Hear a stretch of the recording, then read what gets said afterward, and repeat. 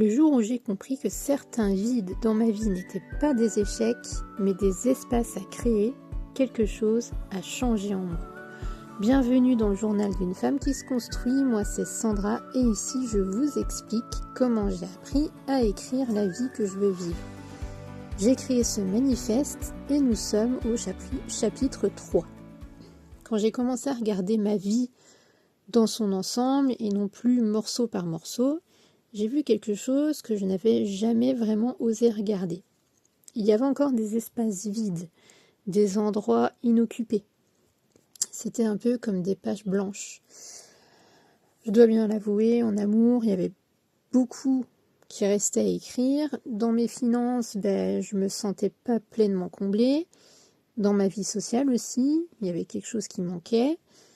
Même dans mon bien-être, il restait vraiment des zones à éclairer et longtemps, j'ai vu ça comme un manque. Mais cette fois, je ne l'ai pas vu comme une peur, au contraire. J'ai vu vraiment une liberté. Parce qu'une page blanche, c'est pas comme un échec, c'est un espace finalement. Une nouvelle possibilité. Chaque matin est une page blanche, chaque semaine aussi. Alors pouvoir écrire sa vie entière, vraiment quoi de plus extraordinaire quoi. J'ai vraiment commencé à voir la vie autrement, comme une sorte d'espace infini. Un peu, je ne sais pas si vous avez l'image, la lampe magique dont on aurait des souhaits vraiment inépuisables. Et contre toute attente, l'infini me faisait vraiment plus peur. Au contraire, l'infini me donnait vraiment envie. Et c'est là que quelque chose a changé en moi. Je me suis rendu compte que je n'étais pas rassasiée de la vie. Et cette phrase, elle a vraiment été une révélation pour moi. Parce que si j'en veux encore, si je cherche encore, si je rêve encore, alors peut-être que la vie a encore plus à me donner. Et en cherchant d'où venait ce désir, je suis revenue à l'enfant que j'étais. Petite, je me souviens, j'observais vraiment beaucoup. Je regardais toujours autour de moi tout ce que je ne voulais jamais reproduire. Alors, je rêvais. Je rêvais beaucoup. J'étais une enfant très très rêveuse. Je m'inventais une autre vie parce que je me plaisais pas dans la vie que j'étais. Je me disais que je vivais dans une grande maison, qu'il y avait des rires, beaucoup d'amour. Je me disais que plus tard, je vivrais un amour merveilleux, une liberté financière, que j'aurais plein d'argent, que j'aurais une famille heureuse. Et le sentiment de créer quelque chose de beau, d'aider les autres aussi, de donner du bonheur autour de moi, c'était vraiment immense. Mais comme beaucoup d'enfants, on m'a appris à réduire tout ça. On m'a dit, arrête de rêver. Et aujourd'hui, j'ai envie de dire l'inverse. Ne t'arrête jamais de rêver. Parce que parfois, les rêves d'enfance portent déjà la forme de notre future vie. Et peut-être que le vrai drame, c'est pas de rêver trop grand. C'est d'avoir oublié ses rêves. Quand je regarde ma vie aujourd'hui, le fond de certaines choses c'est là, mais pas encore la forme, pas encore la plénitude. Et loin de moi de me décourager, cette idée me remplit vraiment presque de joie d'y penser en fait, parce que ça veut dire qu'il reste encore de la place pour accomplir mes rêves. Et parfois, ce qui me touche chez les autres, quand je les regarde, quelque chose me fait vraiment envie.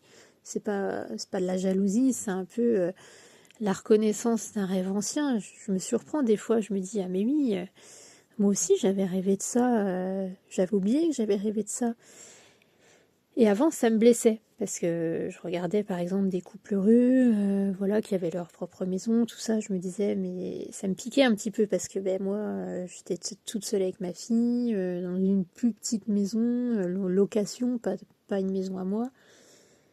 Et du coup, avant, vraiment, ça me piquait. Mais là, maintenant, je me dis, je me souviens, je rêvais de ça avant. Et oui, moi aussi, j'ai rêvé. Et du coup, ça me blessait parce que je me sentais pas capable, je me comparais, je me sabotais. Vraiment, j'y croyais plus. Et aujourd'hui, tout ça, ça m'inspire. ça me dit, mais toi aussi tu peux le demander, toi aussi tu peux l'atteindre.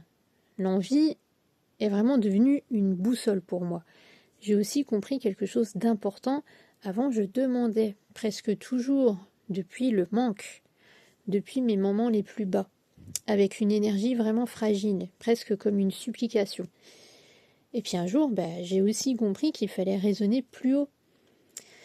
C'est difficile à expliquer, mais je ressens parfois quelque chose de très fort dans ma poitrine, comme une énergie immense, quelque chose de vivant, vraiment de puissant.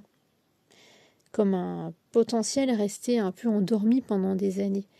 Et aujourd'hui, j'essaie enfin de lui donner une direction. L'écriture, c'est vraiment devenu ce passage. J'ai toujours écrit sur des feuilles, dans des cahiers, mon téléphone, ordinateur. J'écris, je parle, j'enregistre, je me réécoute. Je crée aussi des tableaux de vision. Je transforme mes désirs en mots, en voix, en images. Comme si je remplissais consciemment les vides. Comme si je réveillais enfin quelque chose. Un corps endormi depuis 42 ans. Et ça demande du temps, de l'énergie, vraiment beaucoup d'énergie. Mais le soir, quand je me couche, après avoir nourri mes pensées, mes projets, mes visions, je ressens vraiment de la fierté parce qu'aucune seconde n'a été perdue pendant ma journée. Et le lendemain, j'ai envie de recommencer. C'est là que j'ai compris qu'une seule réussite ne suffisait pas. Parce qu'une vie ne se construit pas avec une seule pièce. Tout se relie. Le bonheur, c'est pas une destination isolée. C'est vraiment fait de nuances, c'est fait de rire, aimer, créer, partager, se sentir vivant. Alors vraiment, je me suis dit, pourquoi demander petit? Pourquoi se limiter?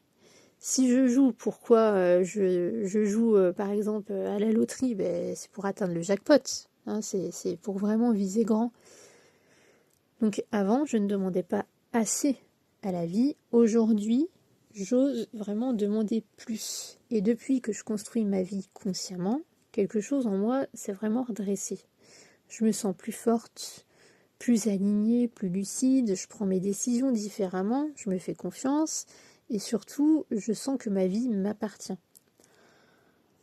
Pour moi, une vie complète, c'est pas une vie parfaite, c'est vraiment une vie choisie, une vie qu'on habite et pas une vie qu'on subit. Et personne ne peut décider à ma place de ce qui me rend heureuse, vraiment personne. Peut-être que ce chapitre commence simplement là, le jour où j'ai compris que mes vides n'étaient pas des manques, mais des espaces à créer, et que mes rêves, c'était pas des illusions, mais des directions. Alors j'écris encore parce que j'ai enfin compris une chose, je ne suis plus en train d'attendre ma vie, je suis vraiment en train de la composer. Voilà, et dans le prochain chapitre, je vais vous raconter ce qu'il se passe quand on commence vraiment à croire en sa propre transformation. Je vous donne rendez-vous demain pour le prochain chapitre. Merci de m'avoir écouté. À demain.